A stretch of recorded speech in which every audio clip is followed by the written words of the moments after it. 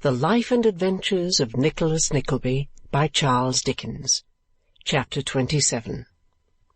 Mrs. Nickleby becomes acquainted with Messrs. Pyke and Pluck, whose affection and interest are beyond all bounds. Mrs. Nickleby had not felt so proud and important for many a day as when, on reaching home, she gave herself wholly up to the pleasant visions which had accompanied her on her way thither. Lady Mulberry Hawk. That was the prevalent idea.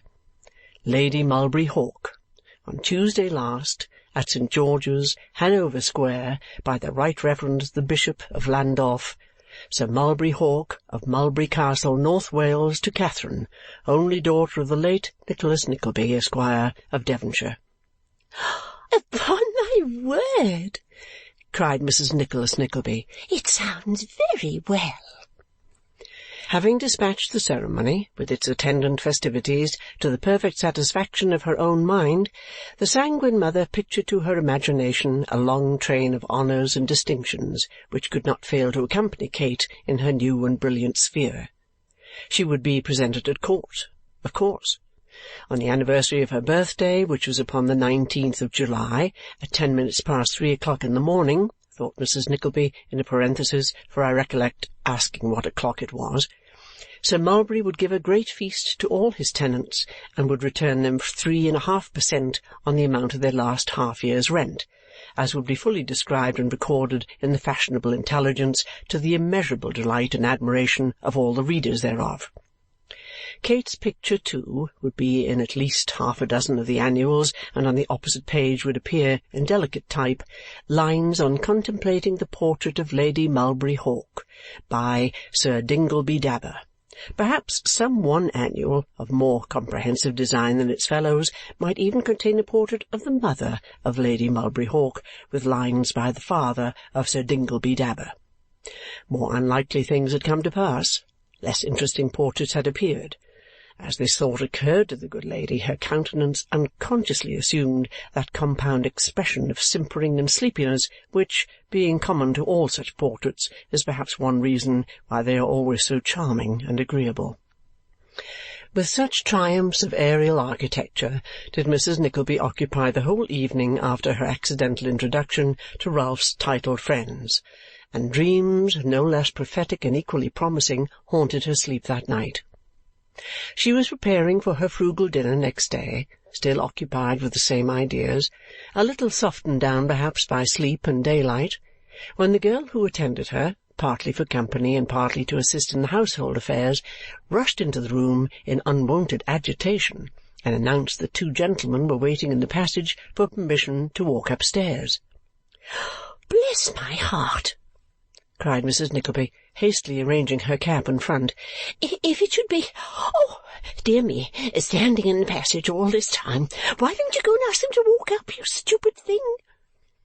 While the girl was gone on this errand, Mrs. Nickleby hastily swept into a cupboard all vestiges of eating and drinking, which she had scarcely done, and seated herself with looks as collected as she could assume, when 2 gentlemen, both perfect strangers, presented themselves.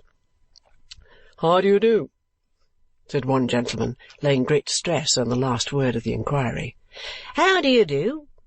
said the other gentleman, altering the emphasis as if to give variety to the salutation. Mrs. Nickleby curtsied, and smiled, and curtsied again, and remarked, rubbing her hands as she did so, that she hadn't the honour to know us," said the first gentleman. "The loss has been ours, Mrs. Nickleby. Has the loss been ours, Pyke?" "It has, Pluck," answered the other gentleman. "We have regretted it very often, I believe, Pyke," said the first gentleman. "Very often, Pluck," answered the second. "But now," said the first gentleman, "now we have the happiness we have pined and languished for. Have we pined and languished for this happiness, Pyke, or have we not?" "You know we have, Pluck," said Pyke reproachfully. "You hear him, ma'am?" said Mr. Pluck, looking round. "You hear the unimpeachable testimony of my friend Pyke? That reminds me. Formalities must not be neglected in civilized society. Pyke, Mrs. Nickleby." Mr. Pyke laid his hand upon his heart and bowed low. "Whether I shall introduce myself with the same formality," said Mr. Pluck, "whether I shall say myself that my name is Pluck, or whether I shall ask my friend Pyke, who being now regularly introduced is competent to the office, to state for me, Mrs. Nickleby, that my name is Pluck, whether I shall claim your acquaintance on the plain ground of the strong interest I take in your welfare, or whether I shall make myself known to you as the friend of Sir Mulberry Hawk. These, Mrs. Nickleby, are considerations which I leave to you to determine." "Any friend of Sir Mulberry Hawk's requires no better introduction to me," observed Mrs. Nickleby graciously. "It is delightful to hear you say so," said Mr. Pluck, drawing a chair close to Mrs. Nickleby and sitting himself down. "It is refreshing to know that you hold my excellent friend Sir Mulberry in such high esteem. A word in your ear, Mrs. Nickleby. When Sir Mulberry knows it, he will be a happy man. I say, Mrs. Nickleby, a happy man. Pyke, be seated." "My good opinion," said Mrs. Nickleby, and the poor lady exulted in the idea that she was marvellously sly. "My good opinion can be of very little consequence to a gentleman like Sir Mulberry." "Of little consequence?" exclaimed Mr. Pluck. "Pyke, of what consequence to our friend Sir Mulberry is the good opinion of Mrs. Nickleby?" "Of what consequence?" echoed Pyke. "Aye," repeated Pluck. "Is it of the greatest consequence?" "Of the greatest consequence," replied Pyke. "Mrs. Nickleby cannot be ignorant," said Mr. Pluck, "of the immense impression which that sweet girl has—" "Pluck," said his friend. "beware." "Pyke is right," muttered Mr. Pluck after a short pause. "I was not to mention it. Pyke is very right. Thank you, Pyke." Well, now, really, thought Mrs. Nickleby within herself, such delicacy as that I never saw.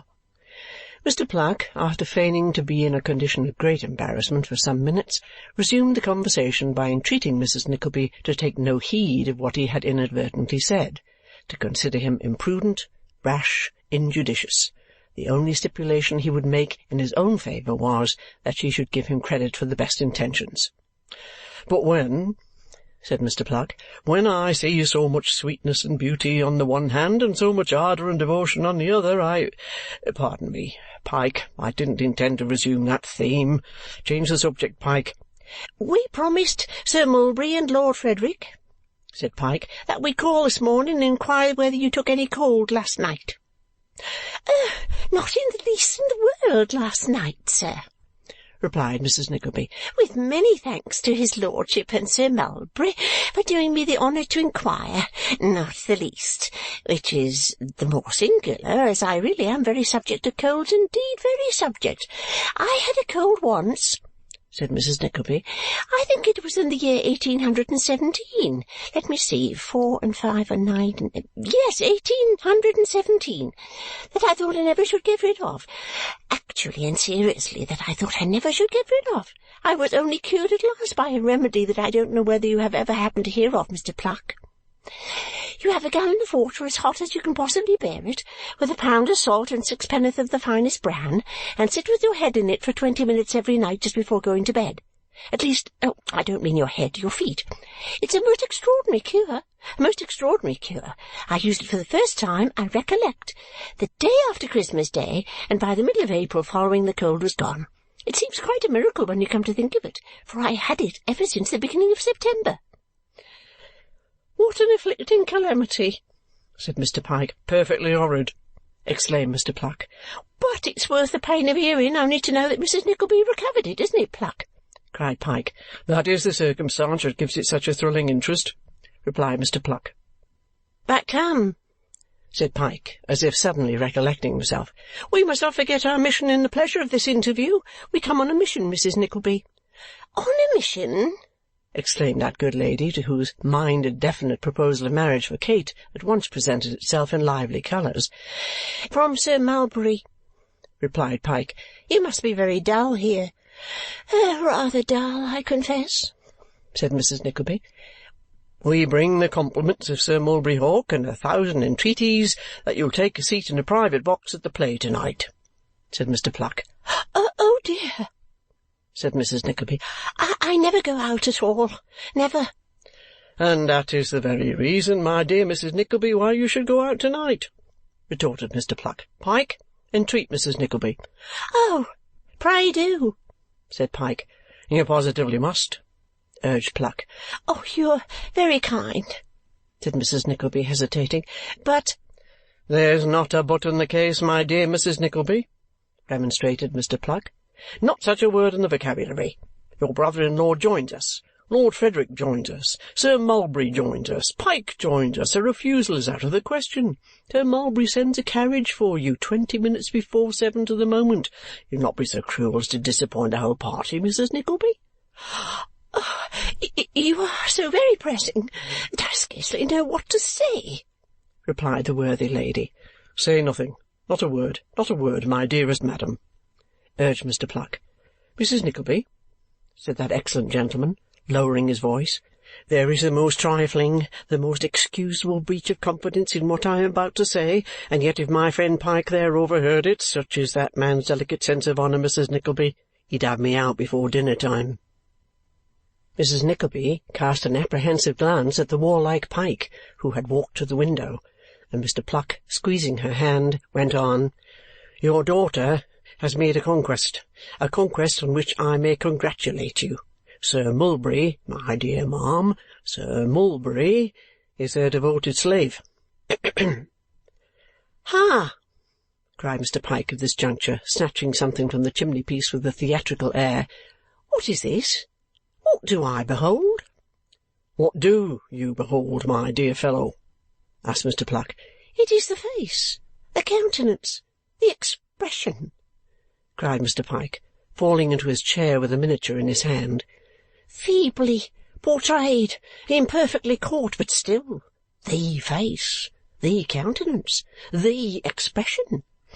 "I recognise it at this distance," exclaimed Mr. Pluck in a fit of enthusiasm. "Is it not, my dear madam, the faint similitude of—" "It is my daughter's portrait," said Miss Nickleby with great pride, and so it was, and little Miss La Creevy had brought it home for inspection only 2 nights before.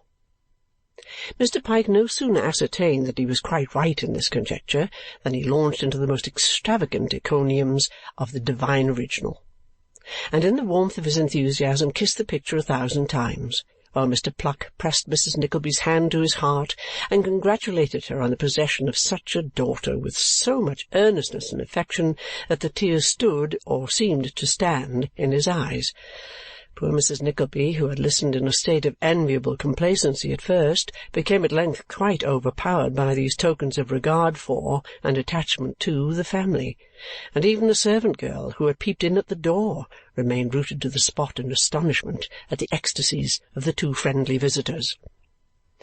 By degrees these raptures subsided, and Mrs. Nickleby went on to entertain her guests with a lament over her fallen fortunes and a picturesque account of her old house in the country, comprising a full description of the different apartments, not forgetting the little store-room, and a lively recollection of how many steps you went down to get into the garden, and which way you turned when you came out of the parlour door, and what capital fixtures there were in the kitchen. This last reflection naturally conducted her into the wash-house, where she stumbled upon the brewing utensils, among which she might have wandered for an hour if the mere mention of these implements had not, by an association of ideas, instantly reminded Mr. Pike that he was amazing thirsty. "And I'll tell you what," said Mr. Pike, "if you'll send round to the public-house for a pot of milk, half and half, positively and actually, I'll drink it."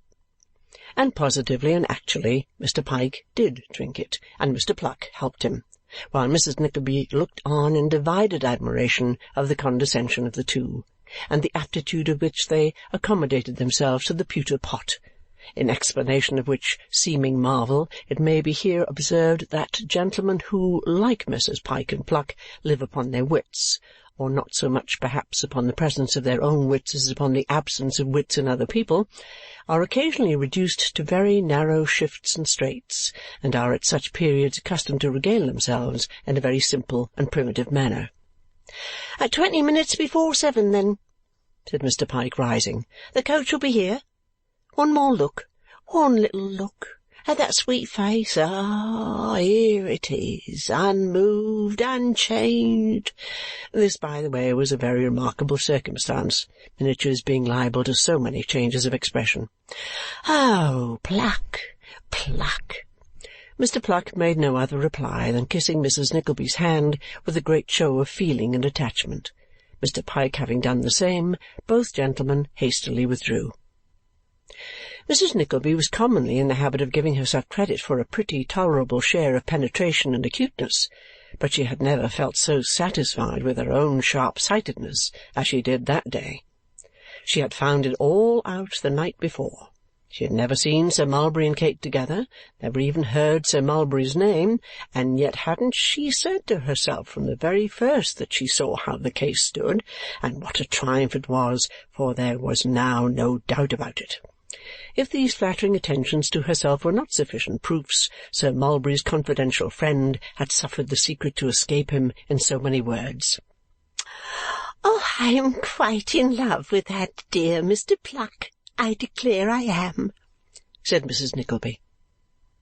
There was one great source of uneasiness in the midst of this good fortune, and that was the having nobody by to whom she could confide it. Once or twice she almost resolved to walk straight to Miss La Creevy's and tell it all to her. But I don't know, thought Mrs. Nickleby. She is a very worthy person, but I am afraid too much beneath Sir Mulberry's station for us to make a companion of. Poor thing! Acting upon this grave consideration, she rejected the idea of taking the little portrait-painter into her confidence, and contented herself with holding out sundry vague and mysterious hopes of preferment to the servant-girl, who received these obscure hints of dawning greatness with much veneration and respect. Punctual to its time came the promised vehicle, which was no hackney coach, but a private chariot, having behind it a footman whose legs, although somewhat large for his body, might, as mere abstract legs, have set themselves up for models at the Royal Academy. It was quite exhilarating to hear the clash and bustle with which he banged the door and jumped up behind after Mrs. Nickleby was in, and as that good lady was perfectly unconscious that he applied the gold-headed end of his long stick to his nose and so telegraphed most disrespectfully to the coachman over her very head, she sat in a state of much stiffness and dignity, not a little proud of her position. At the theatre entrance there was more banging and more bustle, and there were also Messrs. Pike and Pluck waiting to escort her to her box.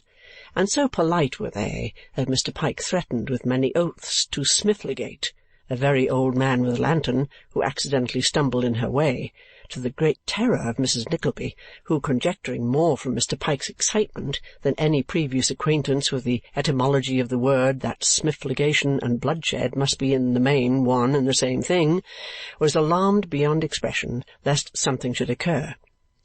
Fortunately, however, Mr. Pike confined himself to mere verbal smiffligation, and they reached their box with no more serious interruption by the way than a desire on the part of the same pugnacious gentleman to smash the assistant box-keeper for happening to mistake the number. Mrs. Nickleby had scarcely been put away behind the curtain of the box in an arm-chair when Sir Mulberry and Lord Verisopht arrived, arrayed from the crowns of their heads to the tips of their gloves, and from the tips of their gloves to the toes of their boots, in the most elegant and costly manner. Sir Mulberry was a little hoarser than on the previous day, and Lord Verisopht looked rather sleepy and queer, from which tokens, as well as from the circumstance of their both being to a trifling extent unsteady upon their legs, Mrs. Nickleby justly concluded that they had taken dinner. "We have been toasting your lovely daughter, Mrs. Nickleby," whispered Sir Mulberry, sitting down behind her. "Oh ho!" thought that knowing lady. "Wine in, truth out." "Oh, you are very kind, Sir Mulberry." "Oh, no, upon my soul," replied Sir Mulberry Hawk. "It's you that's kind. Upon my soul it is. It was so kind of you to come to-night." "So very kind of you to invite me, you mean, Sir Mulberry," replied Mrs. Nickleby, tossing her head and looking prodigiously sly. "I am so anxious to know you, so anxious to cultivate your good opinion, so desirous that there should be a delicious kind of harmonious family understanding between us," said Sir Mulberry, "that you mustn't think I'm disinterested in what I do. I'm infernal selfish. I am. Upon my soul, I am." "I'm sure you can't be selfish, Sir Mulberry," replied Mrs. Nickleby. "You have much too open and generous a countenance for that." "What an extraordinary observer you are!" said Sir Mulberry Hawk. "Oh, no, indeed. I don't see very far into things, Sir Mulberry," replied Mrs. Nickleby in a tone of voice which left the baronet to infer that she saw very far indeed. "I am quite afraid of you," said the baronet. "Upon my soul," repeated Sir Mulberry, looking round to his companions, "I am afraid of Mrs. Nickleby. She is so immensely sharp." Messrs. Pyke and Pluck shook their heads mysteriously and observed together that they had found that out long ago, upon which Mrs. Nickleby tittered, and Sir Mulberry laughed, and Pyke and Pluck roared. "But where's my brother-in-law, Sir Mulberry?" inquired Mrs. Nickleby. "I shouldn't be here without him. I hope he's coming." "Pyke," said Sir Mulberry, taking out his toothpick and lolling back in his chair as if he were too lazy to invent a reply to this question, "where's Ralph Nickleby?" "Pluck," said Pyke, imitating the baronet's action and turning the lie over to his friend, "where's Ralph Nickleby?" Mr. Pluck was about to return some evasive reply when the hustle caused by a party entering the next box seemed to attract the attention of all four gentlemen, who exchanged glances of much meaning. The new party beginning to converse together, Sir Mulberry suddenly assumed the character of a most attentive listener and implored his friends not to breathe. Not to breathe. "Why not?" said Mrs. Nickleby. "What is the matter?" "Hush!" replied Sir Mulberry, laying his hand on her arm. "Lord Frederick, do you recognize the tones of that voice?" "Devil take me if I didn't think it was the voice of Miss Nickleby."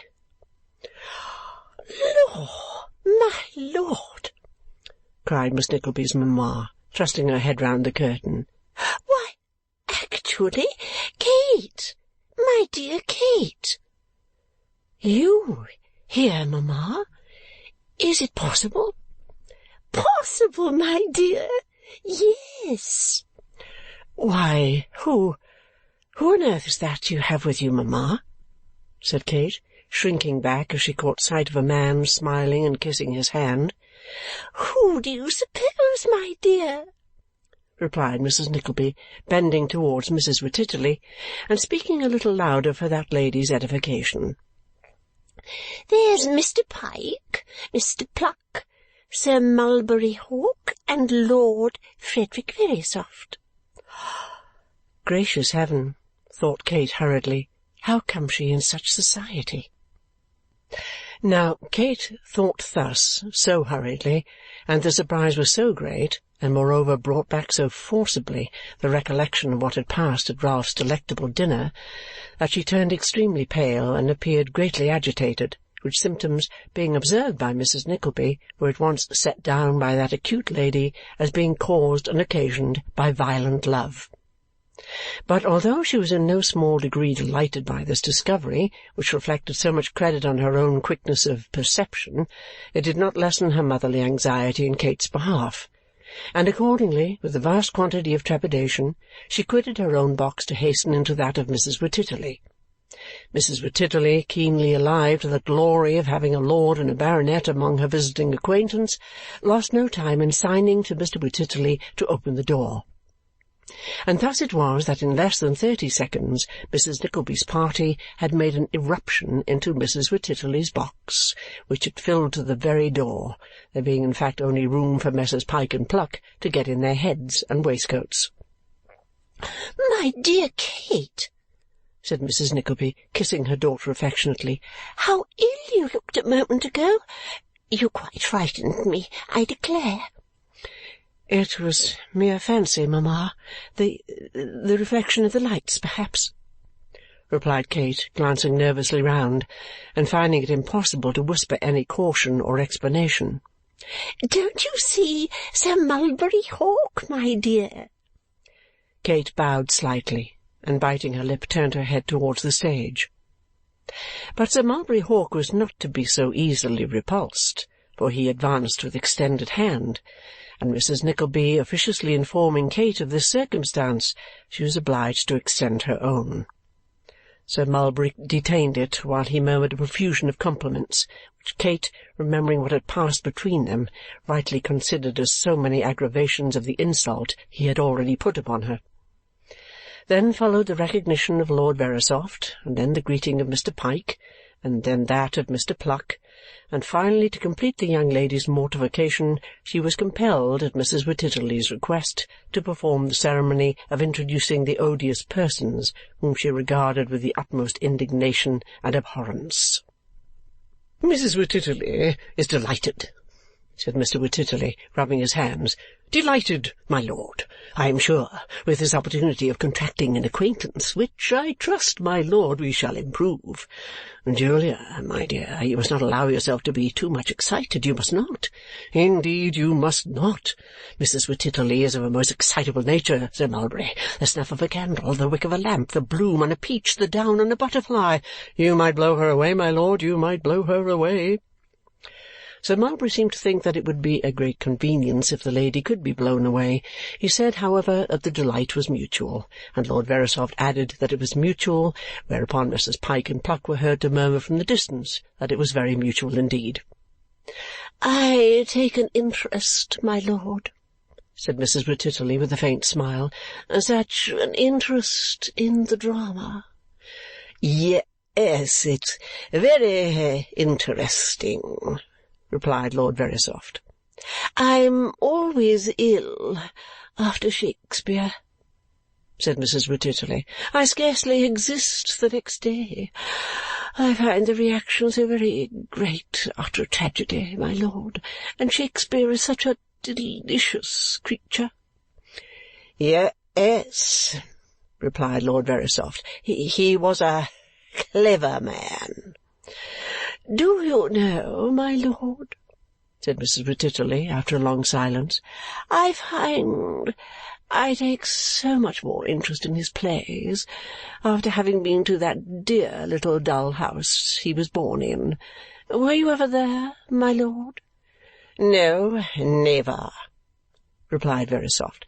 "Then really you ought to go, my lord," returned Mrs. Wititterly in very languid and drawling accents. "I don't know how it is, but after you've seen the place and written your name in a little book, somehow or other you seem to be inspired. It kindles up quite a fire within one." "Yes," replied Lord Verisopht. "I shall certainly go there." "Julia, my life," interposed Mr. Wititterly, "you are deceiving his lordship. Unintentionally, my lord, she is deceiving you. It is your poetical temperament, my dear, your ethereal soul, your fervid imagination, which throws you into a glow of genius and excitement. There is nothing in the place, my dear, nothing, nothing."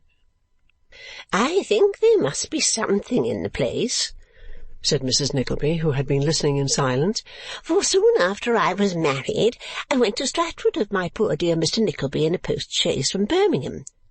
"Was it a post-chaise, though?" said Mrs. Nickleby, considering. "Yes, it must have been a post-chaise, because I recollect remarking at the time that the driver had a green shade over his left eye. In a post-chaise from Birmingham. After we had seen Shakespeare's Tomb and Birthplace, we went back to the inn there, where we slept that night, and I recollect that all night long I dreamt of nothing but a black gentleman, at full length, in plaster of Paris, with a lay-down collar tied with 2 tassels, leaning against a post and thinking. And when I woke in the morning and described him to Mr. Nickleby, he said it was Shakespeare, just as he had been when he was alive, which is very curious indeed. Stratford, Stratford," continued Mrs. Nickleby, considering. "Yes, I am positive about that, because I recollect I was in the family way with my son Nicholas at the time, and I had been very much frightened by an Italian image boy that very morning. In fact, it was quite a mercy, ma'am," added Mrs. Nickleby in a whisper to Mrs. Wititterly, "that my son didn't turn out to be a Shakespeare, and what a dreadful thing that would have been." When Mrs. Nickleby had brought this interesting anecdote to a close, Pike and Pluck, ever zealous in their patron's cause, proposed the adjournment of a detachment of the party into the next box. And with so much skill were the preliminaries adjusted that Kate, despite all she could say or do to the contrary, had no alternative but to suffer herself to be led away by Sir Mulberry Hawk. Her mother and Mr. Pluck accompanied them, but the worthy lady, pluming herself upon her discretion, took particular care not so much as to look at her daughter during the whole evening, and to seem wholly absorbed in the jokes and conversation of Mr. Pluck, who, having been appointed sentry over Mrs. Nickleby for that especial purpose, neglected on his side no possible opportunity of engrossing her attention. Lord Frederick Verisopht remained in the next box to be talked to by Mrs. Wititterly, and Mr. Pike was in attendance to throw in a word or two when necessary. As to Mr. Wititterly, he was sufficiently busy in the body of the house, informing such of his friends and acquaintances as happened to be there that those two gentlemen upstairs, whom they had seen in conversation with Mrs. W., were the distinguished Lord Frederick Verisopht and his most intimate friend, the gay Sir Mulberry Hawk, a communication which inflamed several respectable housekeepers with the utmost jealousy and rage, and reduced 16 unmarried daughters to the very brink of despair. The evening came to an end at last, but Kate had yet to be handed downstairs by the detested Sir Mulberry, and so skilfully were the manoeuvres of Messrs. Pike and Pluck conducted that she and the baronet were the last of the party, and were even, without an appearance of effort or design, left at some little distance behind. "Don't hurry, said Sir Mulberry as Kate hastened on and attempted to release her arm. She made no reply, but still pressed forward. "Nay, then," coolly observed Sir Mulberry, stopping her outright. "You had best not seek to detain me, sir," said Kate angrily. "And why not?" retorted Sir Mulberry. "My dear creature, now why do you keep up this show of displeasure?" "Show!" repeated Kate indignantly. "How dare you presume to speak to me, sir, to address me, to come into my presence?" "You'll look prettier in a passion, Miss Nickleby," said Sir Mulberry Hawk, stooping down the better to see her face. "I hold you in the bitterest detestation and contempt, sir," said Kate. "If you find any attraction in looks of disgust and aversion, you let me rejoin my friends, sir, instantly. Whatever considerations may have withheld me thus far, I will disregard them all and take a course that even you might feel if you do not immediately suffer me to proceed." Sir Mulberry smiled, and still looking in her face and retaining her arm, walked towards the door. "If no regard for my sex or helpless situation will induce you to desist from this coarse and unmanly persecution," said Kate, scarcely knowing in the tumult of her passions what she said, "I have a brother who will resent it dearly one day." "Upon my soul!" exclaimed Sir Mulberry, as though quietly communing with himself, passing his arm round her waist as he spoke. "She looks more beautiful, and I like her better in this mood than when her eyes are cast down, and she is in perfect repose." How Kate reached the lobby where her friends were waiting she never knew, but she hurried across it without at all regarding them, and disengaged herself suddenly from her companion, sprang into the coach, and throwing herself into its darkest corner, burst into tears. Messrs. Pike and Pluck, knowing their cue, at once threw the party into great commotion by shouting for the carriages and getting up a violent quarrel with sundry inoffensive bystanders, in the midst of which tumult they put the affrighted Mrs. Nickleby in her chariot, and having got her safely off, turned their thoughts to Mrs. Wititterly, whose attention also they had now effectually distracted from the young lady, by throwing her into a state of the utmost bewilderment and consternation. At length the conveyance in which she had come rolled off too with its load, and the four worthies, being left alone under the portico, enjoyed a hearty laugh together. "There!" said Sir Mulberry, turning to his noble friend. "Didn't I tell you last night that if we could find where they were going by bribing a servant through my fellow, and then established ourselves close by with the mother, these people's honour would be our own? Why, here it is, done in 24 hours." "Yes," replied the dupe. "But I have been tied to the old woman all night." "Hear him!" said Sir Mulberry, turning to his friends. "Hear this discontented grumbler! Isn't it enough to make a man swear never to help him in his plots and schemes again? Isn't it an infernal shame?" Pyke asked Pluck whether it was not an infernal shame, and Pluck asked Pyke, but neither answered. "Isn't it the truth?" demanded Verisopht. "Wasn't it so?" "Wasn't it so?" repeated Sir Mulberry. "How would you have had it? How could we have got a general invitation at first sight? Come when you like, go when you like, stop as long as you like, do what you like, if you, the Lord, had not made yourself agreeable to the foolish mistress of the house? Do I care for this girl except as your friend? Haven't I been sounding your praises in her ears and bearing her pretty sulks and peevishness all night for you? What sort of stuff do you think I'm made of? Would I do this for every man? Don't I deserve even gratitude in return?" "You're a devilish good fellow," said the poor young lord, taking his friend's arm. "Upon my life, you're a devilish good fellow, Hawk." "And I have done right, have I?" demanded Sir Mulberry. "Quite right." "And like a poor, silly, good-natured, friendly dog as I am, eh?" Yes, yes, like a friend," replied the other. "Well, then," replied Sir Mulberry, "I'm satisfied. And now let's go and have our revenge on the German baron and the Frenchman who cleaned you out so handsomely last night." With these words, the friendly creature took his companion's arm and led him away, turning half round as he did so, and bestowing a wink and a contemptuous smile on Messrs. Pyke and Pluck, who, cramming their handkerchiefs into their mouths to denote their silent enjoyment of the whole proceedings, followed their patron and his victim at a little distance. Chapter 27